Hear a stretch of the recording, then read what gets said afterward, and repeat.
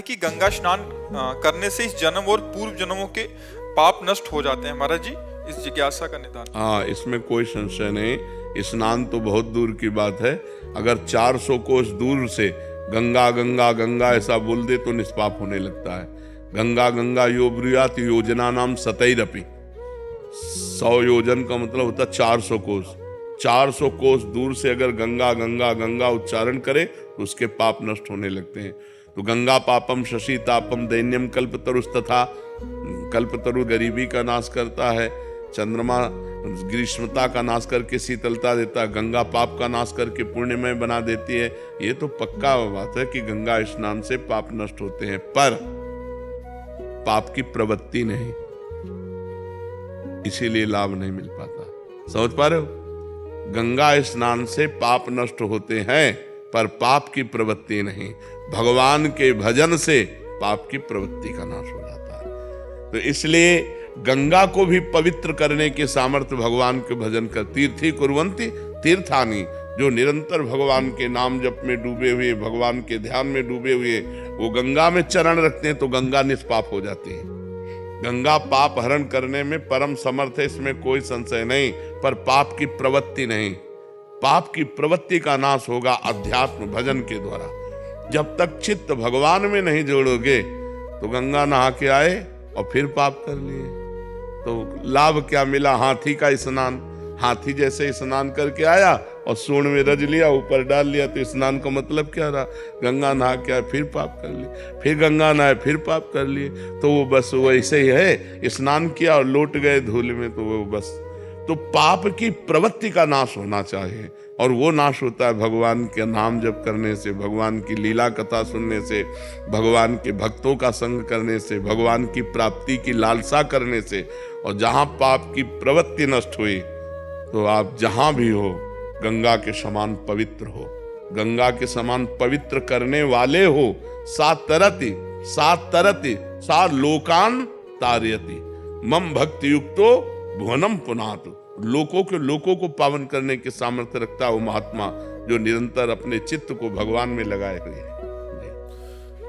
पल्लवी जी, राधे राधे। महाराज जी, क्या भगवान के प्रति श्रद्धा सिर्फ पूजा, ध्यान या व्रत के जरिए ही दिखाई जा सकती है, या मन में भी ध्यान और भक्ति से भी उतना ही प्रभाव पड़ता है? पूजा और बाहरी जो क्रियाएं हैं ये भगवान की भक्ति के सदाचार हैं, लेकिन वास्तविक भक्ति है आंतरिक, जो अंदर से भगवान का चिंतन है, अंदर से भगवान के प्रति अपनापन है। मैं भगवान का, भगवान मेरे, यही वास्तविक भक्ति है। बाहरी तो दिखावा भी हो सकता है, बाहरी तो नाटक भी हो सकता है। भक्ति का वही स्वरूप परम पूजनीय वंदनीय है जिसमें यह है कि मैं भगवान का, भगवान मेरे, और रात दिन जितनी चेष्टाएं हो रही वो सब भगवान को अर्पित करे। तदर्पिता अखिलाचारिता, जितने आचरण हैं वो भगवान को अर्पित करे। तद स्मरणेन परम व्याकुलतेति, भगवान का स्मरण छूटने पर व्याकुलता ही नहीं परम व्याकुलता पैदा हो जाए, इसे भक्ति कहते हैं। भक्ति का स्वरूप है तदर्पिता अखिलाचारिता तद स्मरणेन परम व्याकुलतेति, समस्त आचरण भगवान को अर्पित करना, और वो भी भगवान के अनुकूल आचरण करना, और निरंतर भगवान का स्मरण करना अंदर ही अंदर, ये सच्ची भक्ति का स्वरूप है। नवल किशोर सिंगला जी। महाराज जी, श्री हरिवंश। महाराज जी, मैं डॉक्टर हूँ, कभी कभी पेशेंट हमको गलत बोलता है रूडली, तो मन में उसको उतना अच्छे से देखने का भाव नहीं आता, कैसे? नहीं, अगर पागल खाने के डॉक्टर होते तो तुम्हें थप्पड़ भी खाने की हिम्मत रखनी पड़ती। चूक जाए तो थप्पड़ भी मार देगा क्योंकि पागल है। तो हर मरीज अपने रोग से ग्रसित है, वो दुखित है, वो दुख निवारण करवाना चाहता है। अगर वो जरा सा भी हमको कटु बोलता है तो हमको अपने बच्चे की तरह ट्रीटमेंट करना है। जैसे हमारा छोटा बच्चा नाराज होकर हमारी दाढ़ी नोच ले, हमारे थप्पड़ मार दे, हमारे गाली दे दे, उस समय ऐसा नहीं कि इसने गाली दिया या इसने आदर किया। आपका कर्तव्य है कि उस मरीज के दुख का निवारण करे। वो भले आपको गाली दे, भले आपकी निंदा करे, भले आपके ऊपर थूक दे, भले आपको मारने की चेष्टा करे, और उसका ट्रीटमेंट ऐसे ही कीजिए जैसे एक आपका कोई आदर करने वाला हो उसका कहते, क्योंकि वो नहीं जानता बेचारा, वो तो दुख से ग्रसित है, और दुख में पागल होकर वो आपको गाली भी दे सकता है। वो दुखी है, वो परेशान व्यक्ति है, परेशानी निवृत्ति के लिए आपकी शरण में आया है और आप डॉक्टर हैं, तो आपको चाहिए अपनी गुस्सा को अंदर दबाते हुए ठीक उपचार करना, जिससे वो स्वस्थ हो जाए। इससे भगवान की कृपा पर होगी। वो व्यक्ति क्या कृपा करेगा? कृपा तो भगवान करेंगे, तभी तो उन्नति होगी। आप भगवान देख रहा है कि आपको उसने गाली दिया, लेकिन आपने उसके साथ व्यवहार अच्छा किया, तो आपकी इस अच्छाई पर भगवान रीझ कर आपकी उन्नति कर देंगे, लौकिक और पारलौकिक दोनों उन्नति कर देंगे। में नाम जप का आनंद मिल रहा था और भाव में रोना भी आता था। कुछ समय से नाम कम होने लग गया है और मन भोगों की तरफ आकर्षित होता है। निर्णय नहीं ले पा रहा हूँ कि कोई अपराध बन गया है या बैटरी डाउन हो गई है। महाराज जी मेरा मार्गदर्शन। ऐसा नहीं होता, 3 गुणों का प्रभाव है। जब सतोगुण की वृद्धि होती है तो भजन में रुचि होती है, जब रजोगुण की वृद्धि होती है तब भोगों में रुचि होती है, जब तमोगुण की वृद्धि होती है तो निद्रा, आलस्य, प्रमाद की रुचि होती है। तो इस समय आपका खान पान, व्यवहार, मिलना जुलना, रजोगुण अधिक हो गया, सतोगुण दब गया, तो रजोगुण की वृत्ति भोग प्रवृत्ति, भोगों की तरफ प्रवृत्ति जाना, भजन में रुचि न रहना, बाहरी बहिर्मुख बने रहना, ये रजोगुण का लक्षण है। तो सतोगुण में आओ, बाजार की चीजें खाना बंद करो, जो बाजार के भोजन बने हुए हैं उनको पाना बंद करो, रजोगुणी टीवी दृश्य देखना बंद करो, रजोगुणी लोगों से मिलना, तो नाम जप करते हुए उनमें भगवत भावना करते हुए, तो हम सतोगुण का पहले संग्रह करें, तो सतोगुण से फिर हम त्रिगुणातीत हो सकते हैं। पहले सतोगुण के द्वारा रजोगुण तमोगुण का त्याग करें, और जब निरंतर सतोगुण में स्थिति बनी रहेगी तो फिर हम सतोगुण के द्वारा त्रिगुणातीत हों। भगवदानंद एक रस आनंद त्रिगुणातीत होता है, समाधि त्रिगुणातीत पुरुष की लगती है। पहले हम अपने मन को बार बार रजोगुण से जो विक्षिप्त हो रहा है उसको बचाए, रजोगुण से बचाए। सात्विक, अल्पाहार, अर्दच्छा लाभ संतुष्टो द्वंद्वातीतो विमत्सरा, जैसी भी स्थिति उसमें हम संतुष्ट हैं। मान अपमान में, लाभ हानि में, दुख सुख में समान भाव है। विमत्सरा, किसी से ईर्ष्या नहीं है, और निरंतर नाम जब चल रहा है, खान पान बड़ा पवित्र है, तब कहीं हमारा भजन परिपक्व होता है। अब जब मन आया भोग भोग लिए, जब मन आया जो खा लिया, जो मन आया देख लिया, जो मन आया सुन लिया, जो मन आया जैसे आचरण कर लिए, तो भी इससे भजन तो नहीं होने वाला, भजन तो परिपक्व नहीं होने वाला। भजन तो बहुत पवित्र वस्तु है, उसमें जब लक्ष्य बनेगा भगवत प्राप्ति और अतिशय रगड़ करे जो कोई, तो अनल प्रगट चंदन ते हुए, चंदन में आग पैदा हो जाए यदि अतिशय रगड़ कर दी जाए, तो अतिशय प्रयत्नशील हो करके, हठी बन करके, नाम जब मन में नहीं चल रहा तो उपांशु चला रहे हैं, उपांशु नहीं चल रहा तो वाचिक कर रहे हैं, राधा राधा राधा राधा राधा राधा राधा, अपने आप सतोगुण आ जाएगा। पर खान पान, अब जैसे पिज्जा बर्गर नूडल ये वो बाजार की चीजें खाओ और सोचो भजन करें, तो नहीं होने वाला। ये अपवित्र बनाने वाले, अपवित्र पद्धति से बनी हुई वस्तुएं खाने वाले, ये कभी भजन नहीं कर सकते, ये केवल भजन का नाटक कर सकते हैं। भजन होता है पवित्र विचार के द्वारा, पवित्र धन से लिए हुए अन्न को भगवान को पवा करके फिर पाओ, तब भजन होगा। पवित्र आचरण, शरीर पवित्र हमारे, भोजन पवित्र हमारा, तब परम पवित्र भगवान का नाम हमारी जिह्वा पर नृत्य करेगा। कृष्ण कृष्ण कृष्ण, राधा राधा राधा, राम राम राम, हरि हरि, जो नाम प्रिय हो या जो गुरुदेव ने दिया हो। समझ पा रहे हो? चूक है उसको सुधारो। अपराध से भी भजन रुक जाता है, जैसे किसी वैष्णव के प्रति दोष दृष्टि कर ले तो अपराध बन जाएगा, फिर भजन रुक जाएगा। सतोगुण होते हुए भी भजन रुक जाएगा। अगर किसी वैष्णव के प्रति ऐसा हो तो तुरंत वहीं प्रणाम कर लो। हे मन, तू क्या सोच रहा है, सब में भगवान है, फिर ये तो भगवान के भक्त हैं। मोरे मन प्रभुअस विश्वासा, राम ते अधिक राम करदासा। हे भगवान आपकी जय हो, हे संत भगवान मेरे से जो मन से गलती पड़ी हो क्षमा करो, तुरंत खत्म। वैष्णव अपराध अगर वाणी से निंदा कर दो तब तो फिर उनसे जाके क्षमा मांगनी पड़ेगी। तो वैष्णव अपराध ना हुआ हो तो सतोगुण का संग्रह करो, भजन बढ़ना प्रारंभ हो जाएगा। और वाणी से तो नहीं होता भाई, पर अंदर ही अंदर ना भाई ऐसा कुछ हो जाता तो भाई मैं खुद को अंदर से वैसे मतलब टोकता रहता हूँ। हाँ, ऐसा नहीं है। और क्योंकि देखो सब में भगवान है तो पक्की बात है, बाहरी आचरण किसी के रजोगुणी, किसी के सत्वगुणी, किसी की तमोगुणी, इन क्रियाओं को हम नहीं देखते, कारण तत्व को देखते हैं। जो साधक होता है वो क्रियाओं को नहीं देखता, वो कारण को देखता है, और कारण भगवान है सबके परम कारण भगवान है। तो हम सबको भगवान को देखें, क्रियाओं को के देखें। क्रियाएं देखेंगे तो कहीं मलिन है, कहीं उत्तम है, कहीं अधम है। यही तो प्रकृति का खेल है। कहीं त्रिगुणात्मक माया के द्वारा क्रियाओं से हम व्यक्ति की पहचान नहीं कर सकते।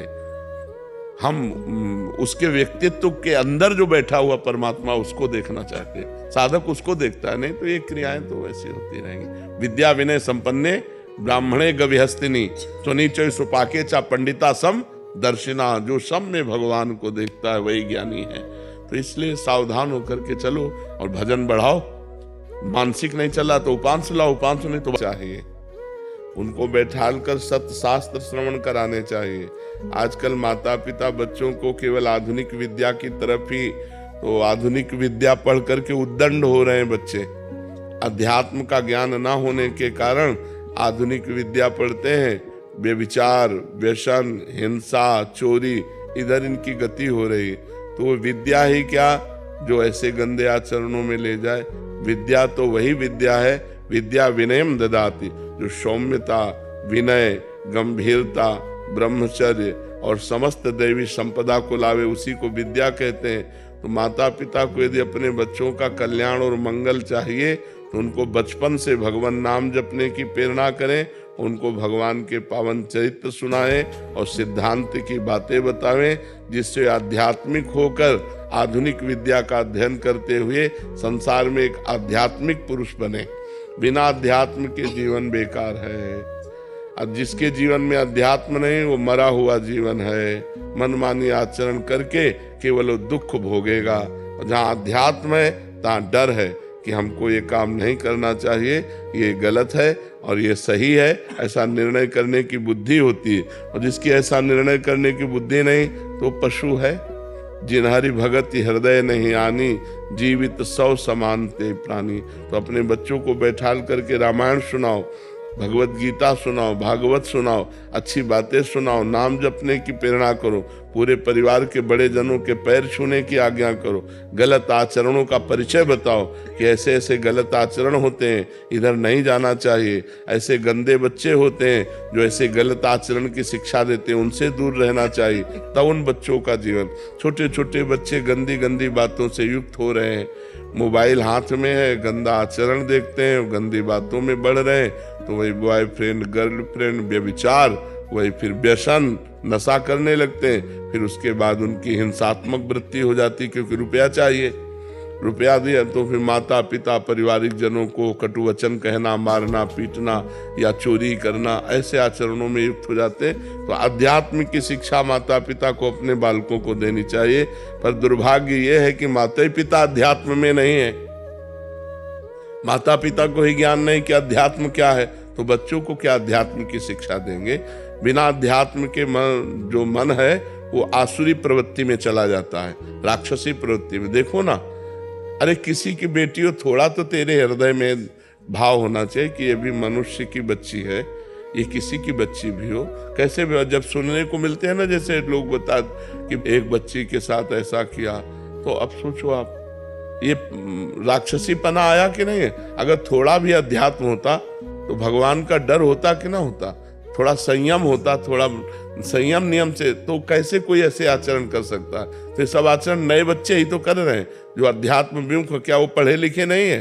पढ़े लिखे, आधुनिक पढ़ाई में खूब ग्रेजुएट है, लेकिन आध्यात्मिक पढ़ाई ना होने के कारण वो अपने आचरणों से भ्रष्ट है, वो अपने आचरणों से घिरे हुए हैं। तो हमें लगता है बच्चों की उन्नति के लिए बाल्यावस्था से आध्यात्मिक भी उनको ज्ञान कराना चाहिए, जिससे उनका चरित्र पवित्र हो, जिनसे उनके आचरण अच्छे हों, जिनसे उनका बोलना, व्यवहार, बर्ताव अच्छा हो। आजकल बच्चे अपने माता पिता से ऐसे बात करते हैं जैसे नहीं करना चाहिए, असभ्य बातें करते हैं। तो ये पढ़ाई लिखाई का है को खिला रहे हैं। हम आपको उदाहरण देते हैं, आपके बेटा है, कहे दो बेटा, दोनों को लाके एक एक सेव दिया आपने लाके दिया। एक बेटा खाने लगा और दूसरा दौड़ के आया और तुम्हारी गोद में चढ़ के कहा पापा पाओ। कैसा लगेगा आपको? कैसा लगेगा आपको? आप उत्तर दीजिए। आपका हृदय भर जाएगा नहीं, और आप उसके हाथ से सेव लेकर अपने हाथ से पवाएंगे और दुलार करेंगे। क्यों? क्योंकि आपके द्वारा दी हुई वस्तु जब आपको समर्पित किया तो आपका हृदय भराया। वही हम सिखा रहे हैं। तो दियम वस्तु गोविंदम तो व्यमेव। इसमें उस बालक को जिसने स्वयं खाने लगा वो भी तुम्हारा बेटा है, तुम्ही ने लाके दिया है, लेकिन तुम्हारी उतनी कृपा नहीं होगी जितनी कृपा इस बालक पर होगी। यार इतना छोटा सा बालक और दौड़कर हमारी गोद में आकर हमको पवाने लगा, मतलब तुम्हारा हृदय न्यौछावर हो जाएगा कि नहीं? वही हम कर रहे हैं कि भगवान का हृदय तुम पर न्यौछावर हो जाए। तो भगवान के द्वारा दी हुई वस्तु भगवान को प्यार से पवाओ तो तुम्हारे ऊपर न्यौछावर हो जाएंगे। बात समझ में आ रही कि नहीं जी? सुधा शास्त्री जी हापुड़ से। राधे राधे महाराज जी, आपके चरणों में कोटि कोटि प्रणाम। महाराज जी, आप कह रहे हैं कि आप 65 वर्ष के हो गए हैं, बचपन से इतना जब तब गायत्री अनुष्ठान आज तक हर रोज करते आई हूँ। मेरे पुत्र की आयु 40 वर्ष है, मानसिक विकलांग है और उसको छोड़ के मैं कहीं जा नहीं सकती। तो महाराज जी, क्या मेरे जीवन भर का जब तब मेरे पुत्र का कुछ भला होगा उसके खाते में मेरे द्वारा किया गया जब तब जमा कर सकती हूँ? हाँ, यदि आप ऐसा करोगी तो हो जाएगा। अपने पुत्र को दे दीजिए तो पुत्र के पास पहुंच जाएगा। उसकी प्रक्रिया है, पहले श्री कृष्णार्पणमस्तु करो, पहले सरकारी बैंक में जमा करो, श्री कृष्णार्पणम मस्तु करके हे भगवान हमारे पुत्र को ये जप, ये जो भी हमारा साधन है तो उसको प्राप्त हो जाएगा। ऐसा राधा वल्लभ श्री हरिवंश महाराज जी। महाराज जी, आपके चरणों में कोटि कोटि प्रणाम। महाराज जी, कर्म योगी, स्थित प्रज्ञ और प्रेम लक्षणा भक्ति में क्या संबंध है? क्या तीनों एक साथ संभव है? कर्म योगी, स्थित प्रज्ञ और प्रेम लक्षणा भक्ति, इन तीनों में क्या कोई संबंध है? क्या एक साथ संभव है? नहीं। स्थित प्रज्ञ सिद्ध पुरुष है जो सबसे परे पहुंच चुका है। स्थित प्रज्ञ का मतलब समझते हो? सिद्ध पुरुष जो भगवदाकार वृत्ति को प्राप्त हो चुका है।